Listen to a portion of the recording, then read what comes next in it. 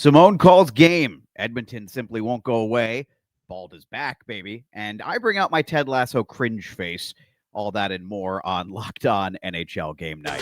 When that final horn sounds, you know it's time for Locked On NHL Game Night. All the post-game reactions to every game across the league, every single night, with insights only the hosts at Locked On can provide.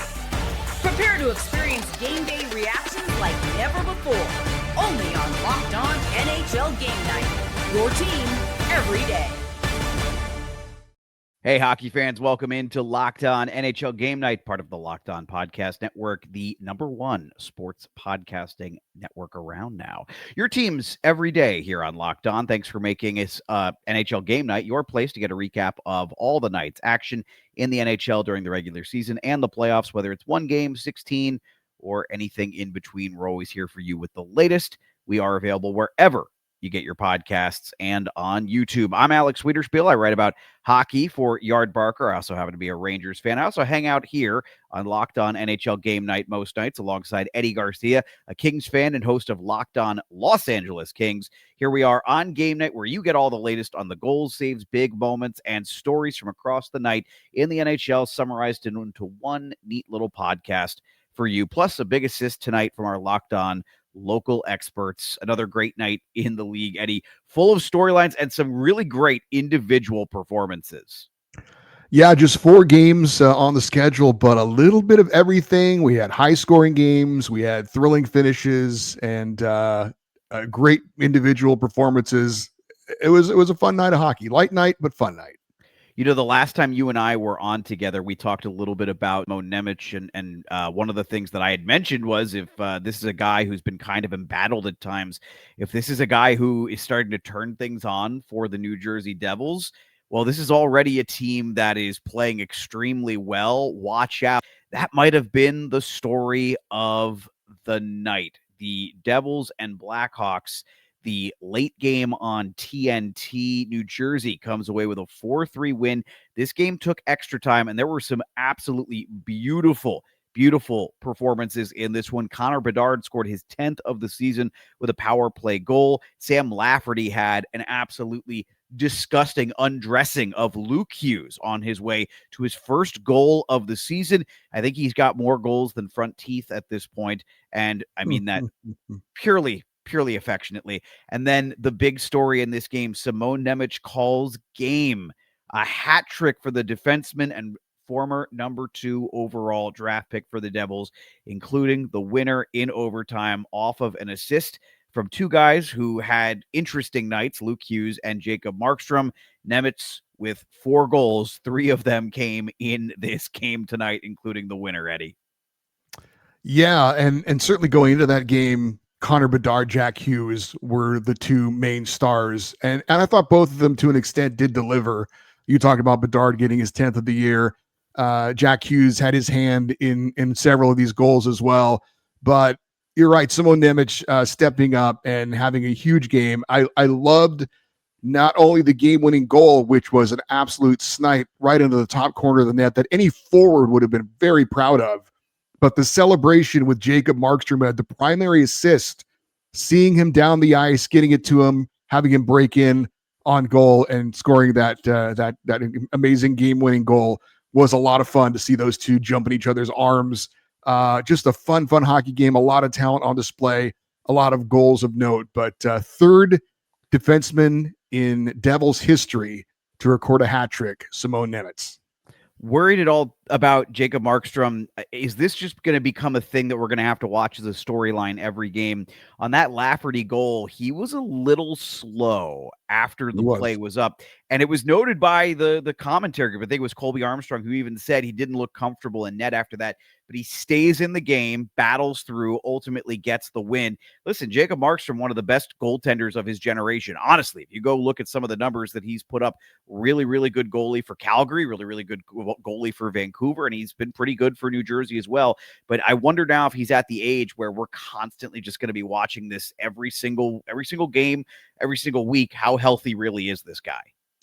Well, maybe it was a little bit of a blessing in disguise when he was hurt earlier in the year and Jake Allen came on and did a really nice job for him. So maybe there is a conscious effort to really give him rest, especially down the stretch, to try and keep him healthy. But yes, he did not look comfortable on that Lafferty goal. He stayed on the ice for a while. Nobody came out to check on him.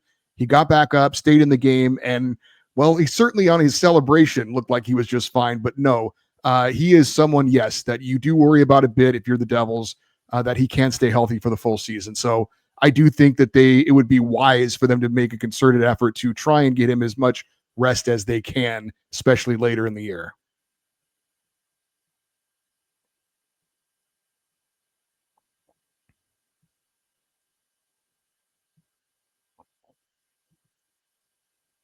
I cannot hear you right now.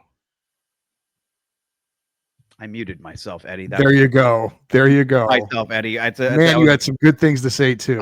Dude, I was all about it. All right, so here we go. Let me try that one more time here. So I said I'm not going to ask the ridiculous question of, is Jack Hughes the best player in hockey? But I wonder, is Jack Hughes now challenging for the most exciting player in hockey? There's a pretty good list of players that you can put in that box, but he definitely is in the conversation. I don't think there's any question about that. I don't know that I would go there with that, saying is the most exciting player. But again, as far as being one of the best players and most exciting players, he's in the conversation without question. Let's move over to your what's the word? Least favorite team, perhaps. They just won't go away. They're like the villain from I Know What You Did Last Summer. I don't know what his actual name is. The guy with the hook. I've really not seen that movie in a long time. Hookman, I believe, is his name. That's what we're gonna go with. I totally made that up. I've never seen the movie. Hookman. Yeah. What's crazy is that movie. I was 10 when that movie came out, so it's not like I have like a real. That was really my sister's generation of film watching. The Edmonton Oilers, though, just simply will not die, and no matter how poorly they play, they are still very much in the thick of things right now. The Oilers take down the Philadelphia Flyers 2-1 in overtime in a game that I think our Locked On host Nick Zararis would argue they didn't play all that well in, but they wind up walking away with 2 points on the road. Particularly easy? No. Was it particularly convincing? No. Was it particularly fun? No. But the Edmonton Oilers prevailed 2-1 against the Philadelphia Flyers in a game the Oilers thoroughly controlled. There was a 15-minute stretch in this game where the Philadelphia Flyers did not manufacture one shot on goal, and yet the Flyers hung around and hung around and hung around, and they found the late goal. And officials' review with a goal less than a minute to go got taken away for offsides. The Oilers were afforded the opportunity to go to overtime, where Jack Roslovic, who has fit in seamlessly since jumping in for the Oilers' third game of the season in early October. And the Oilers, still not playing particularly well, have won 2 in a row in less than convincing fashion against teams who arguably deserve to win against them, but in the National Hockey League, it's not how, it's how many.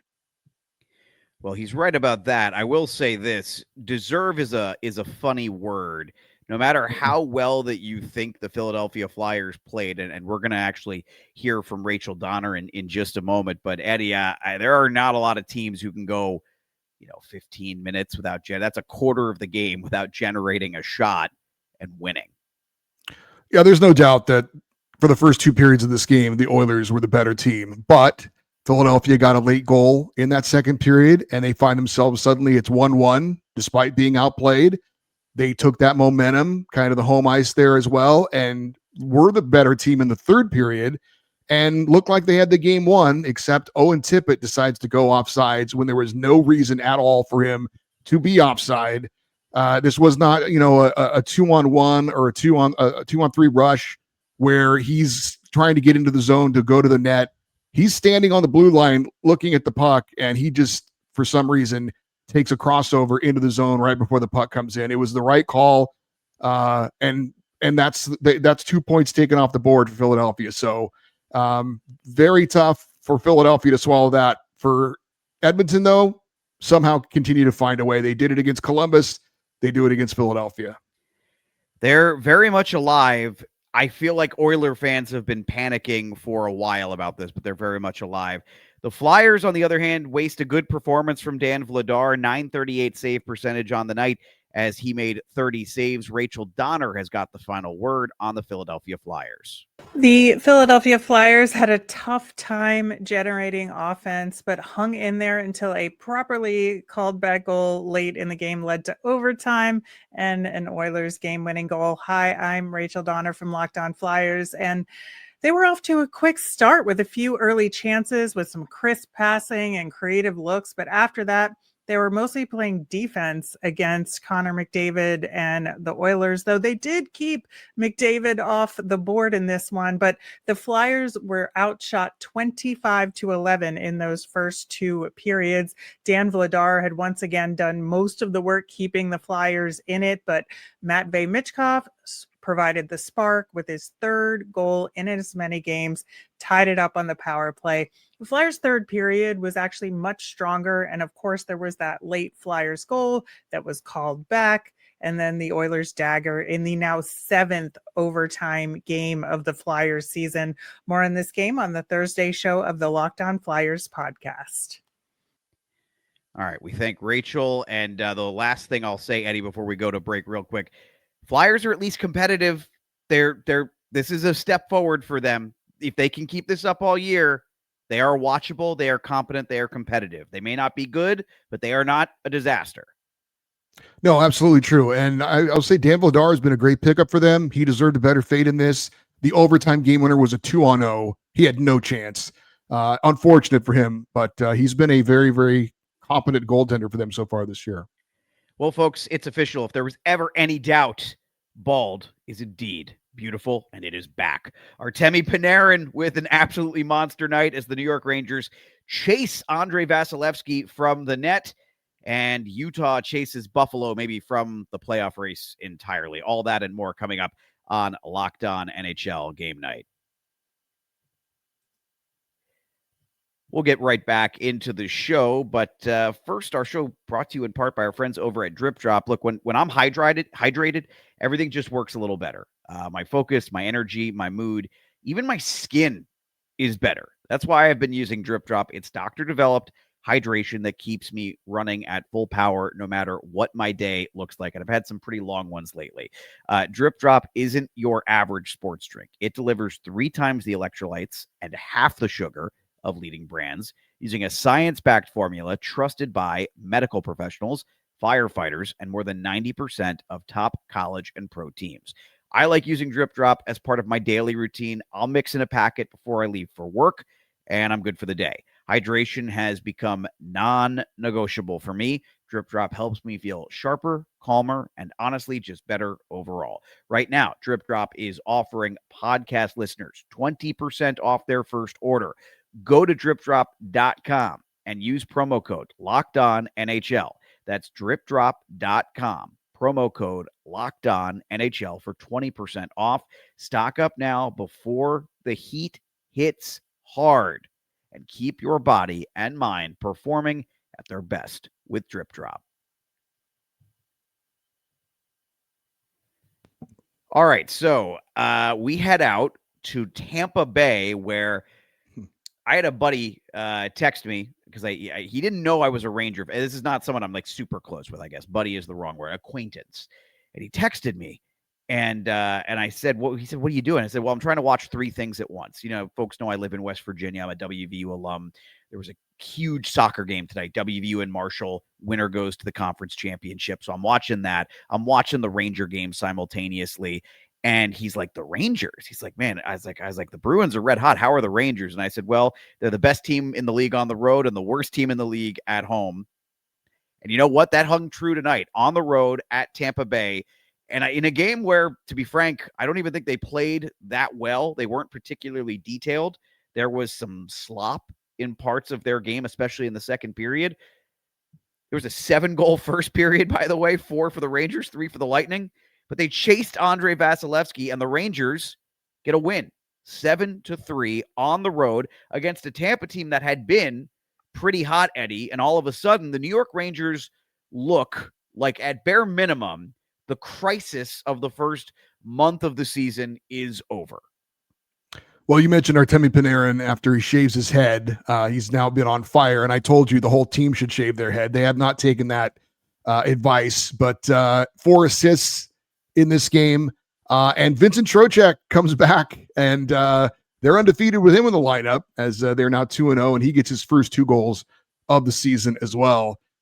So clearly things are going right. We'll see. It has to get better at home, obviously, but now 5 straight road wins, 8-1-1 away from MSG. I've also said they should go ahead and just all stay in a hotel and then take the bus over to the arena and pretend it's actually a road game when they're at home. I'd give it a try. Why not? But no, there's no doubt that things are starting to look right for the Rangers. Again, it has to happen at home, clearly, but when they're on the road, they appear to be as good as any team in the NHL. 9 points in 4 games for Artemi Panarin. The Rangers would chase Andrei Vasilevsky out of the game on one of Panarin's dishes to Trocheck. It was a rough night for Vasilevsky. I've watched a lot of hockey for a long time. I've watched the Big Cat for a long time. I'm not going to pretend I've seen every game, but of the games I've seen, I've never seen him look worse than he's looked tonight, at least not in a regular season game. He's had a couple of stinkers in the playoffs in the post-Stanley Cup dynasty era, but tonight was bad. And the 5th goal that he allowed was, in particular, it looked like he got sniped from the top rafters. For those who didn't see it, the first Vincent Trocheck goal, Vasilevsky literally, well, he looked like he was on skates, but not a professional hockey player on skates. His feet came out from under him, and he fell down as Trocheck was shooting it, and it obviously went in past him. But I can't recall the last time I saw a professional goaltender just slip on the ice, and much less a guy who's going to be in the Hall of Fame one day. So yes, it was not a game to remember for Andrei Vasilevsky. Let's give John Chick the final word from Locked On New York Rangers. So somebody asked me on social media, do you think the Rangers are back? And I'm cautiously optimistic. Obviously, they're moving in the right direction. There's been a lot of positive signs. Now they've won 6 out of their last 8 games, I believe is where we're at right now. So not 100% that the Rangers are back, although things are looking better. But one thing that I am quite certain of is the Panarin, Trocheck, and Lafreniere line is back. I joked on social media that they're partying like it's 2023. And the proof was in the pudding. I mean, you just look at the stat sheet and you already know what kind of a night they had. But beyond that, you're just looking so dangerous on the rush. The chemistry is just off the charts with that line. And we're certainly going to break down their big night on the next episode of Locked On New York Rangers. It all added up to a big 7-3 win on the road against Tampa Bay. Going to be talking about it on the next episode. Do not miss it. All right. Thanks, John. Much appreciated. Eddie, the Utah Mammoth Buffalo Sabres, kind of odd scheduling because they've already met once this season. So we're not even 20 games in, and the Utah Buffalo, I'm going to put this in air quotes, series. The Utah Buffalo series is officially over.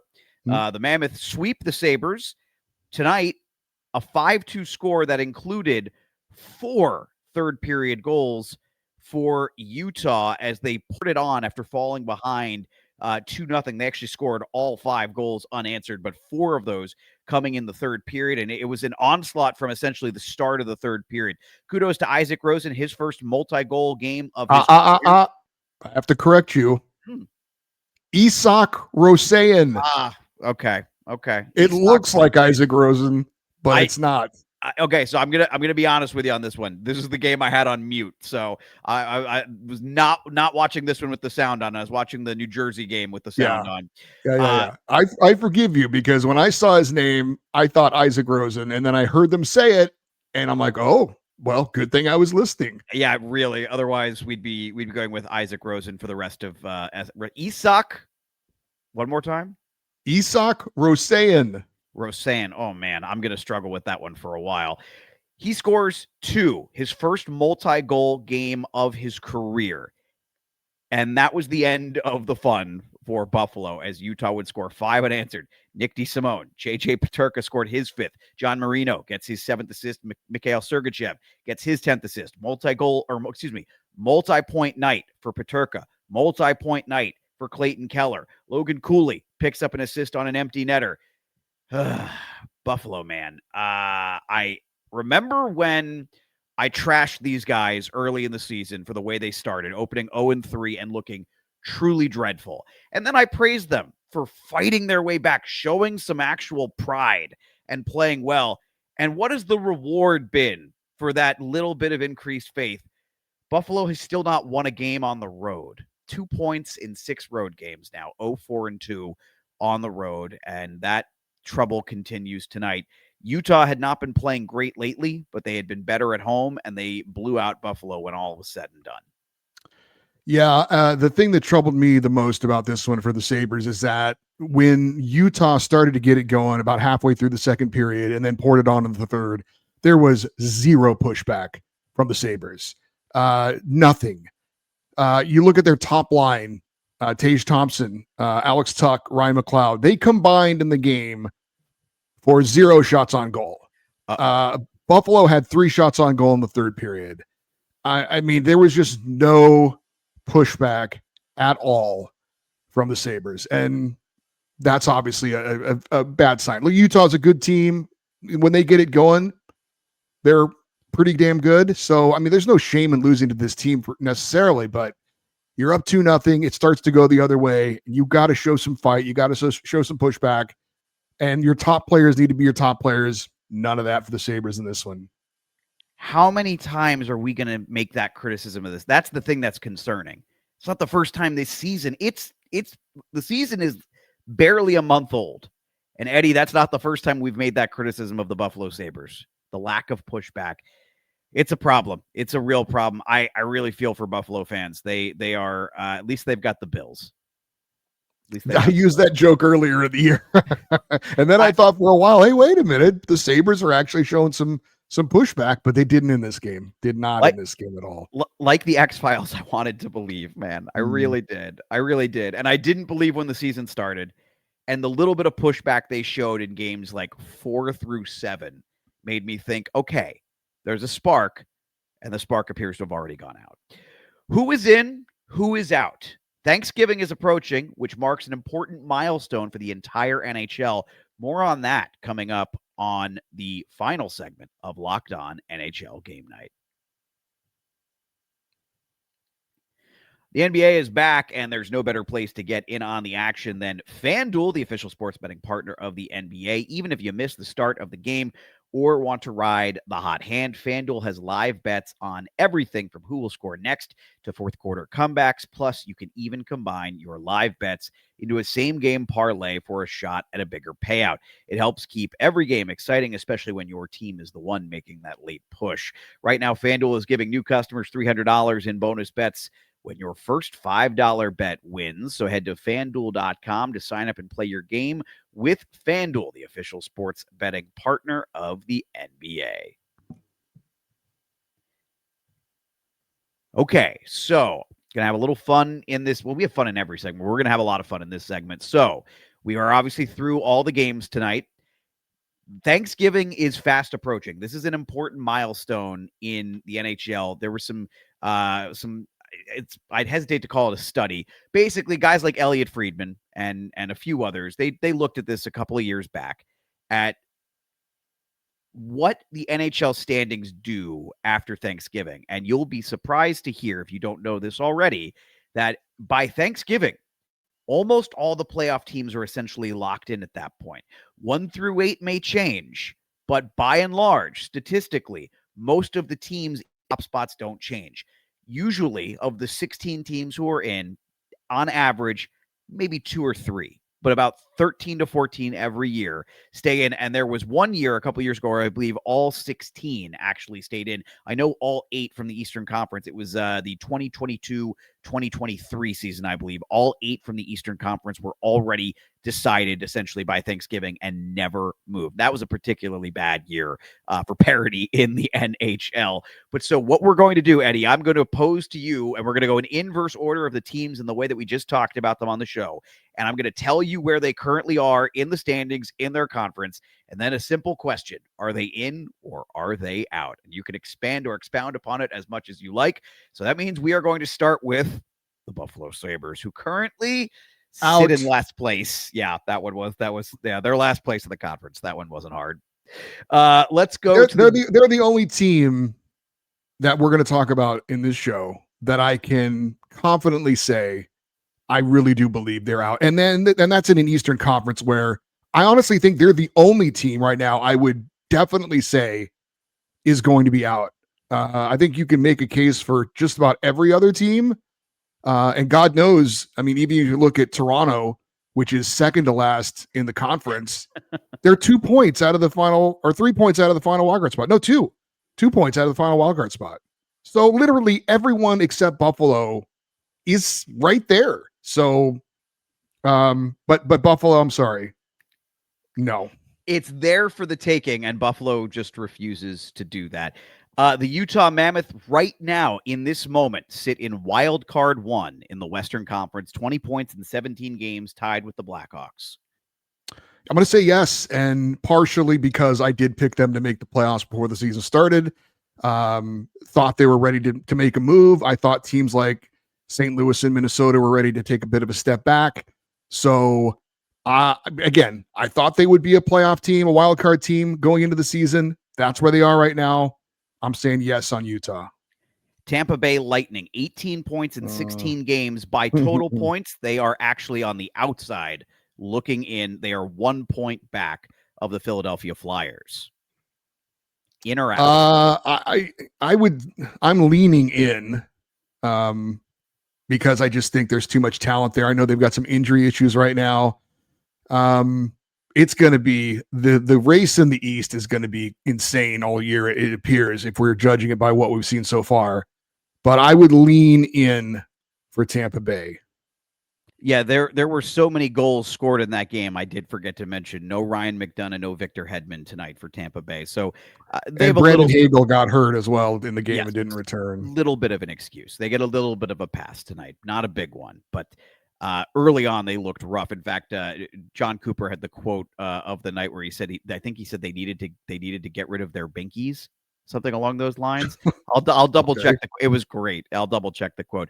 Speaking of which, so the team that beat Tampa, the New York Rangers, are now sitting in wild card 1. Granted, they've played more games than almost anybody else in the Eastern Conference. 20 points in 18 games. They currently sit in wild card 1. Are the Rangers in or out, Eddie? At this point, I think I have to say out. Until they show that they figured it out at home. Now, of course, they're going to win some home games, but until they've proven to me that they can be consistently good at home, I can't say yes at this point. So I'm as it stands right now, I'm going to have to say no. Okay. All right. Very good. It's bold. It's bold. I'm to say it to my face. Like, no, the Philadelphia Flyers are currently sitting in wild card 2, 19 points in 16 games. Philadelphia Flyers, bit of a surprise, in or out? Yeah, I mean, I really, like we said, I like what they've done. I like that they're improving. I think they're ahead of schedule. I think the Vladar and the Zegras acquisitions have worked out as well as they could. But they're going to be in the mix, and that's a great thing. But if I had to choose right now, I would say out for Philadelphia. Okay, how about this one? This is because of the way the narrative has been this season. This one shocked me a little bit. The Edmonton Oilers, with 20 points in 18 games and on a 2-game winning streak right now, sit in the number 3 spot in the Pacific. Are they in or out, Eddie? You called them a horror movie monster that won't die. And look, they've beaten my LA Kings 4 years in a row in the playoffs, so I have feelings about this team. I refuse. There's some teams you refuse to believe that they will get it done until you see it. I refuse to believe that they will not get it done until I see it. I'm saying in on the Oilers as poorly as they have played so far this season. Chicago Blackhawks, 20 points in 17 games. They sit in wild card 2 right now. Spencer Knight, what a performance for him this evening. Couldn't quite get the second point for Chicago. Yeah. Are they in or out, Eddie? Oh boy. Love what they've done. Exciting, fun. They're making hockey fun again in Chicago. And I don't believe in a lot of the teams below them, to be totally honest with you, but I still think when it's all said and done, Vegas is going to be in there somewhere. So I'm going to say they're going to be in the hunt, but I'll say out. I'll say out for the Blackhawks. All right. Progress, but out. I'm going to make the last one harder for you since the first one was so easy. New Jersey Devils, number one seed in the Eastern Conference. Are you in or out on the Devils as the number one seed in the East? I like that question. I'm in. I'm in on the Devils being the number one seed in the East. Yes. If the season There's no question they're going to make the playoffs, but yes. Yeah. If the season ended today, that's exactly where they would be, the number one seed in the Eastern Conference. Listen, folks, if you want complete coverage of your favorite NHL team, there is a Locked On NHL Team podcast and YouTube show for you because we have one for every NHL team. This show, Locked On NHL Game Night, is here for you each and every night of the regular season and the playoffs, wrapping up the night in the NHL. So if you can't watch every game, good news, we generally do that for you. Me and Eddie and Shu. Don't forget to like and subscribe to this show. If you are watching on YouTube, we want to see your thoughts on tonight's games in the comments section. Do you agree with us on who we think right now is in or out? Or do you think that stat is bunk? And who cares about the 80% chance of the teams who are already in? We want to believe that this season means something over the next 60 games. Anyway, that'll do it for this episode of Locked On NHL Game Night. For Eddie Garcia, I'm Alex Wiederspiel. Thanks for listening and watching Locked On NHL Game Night, part of the Locked On Podcast Network, the number one sports podcasting network in America. Your teams every day.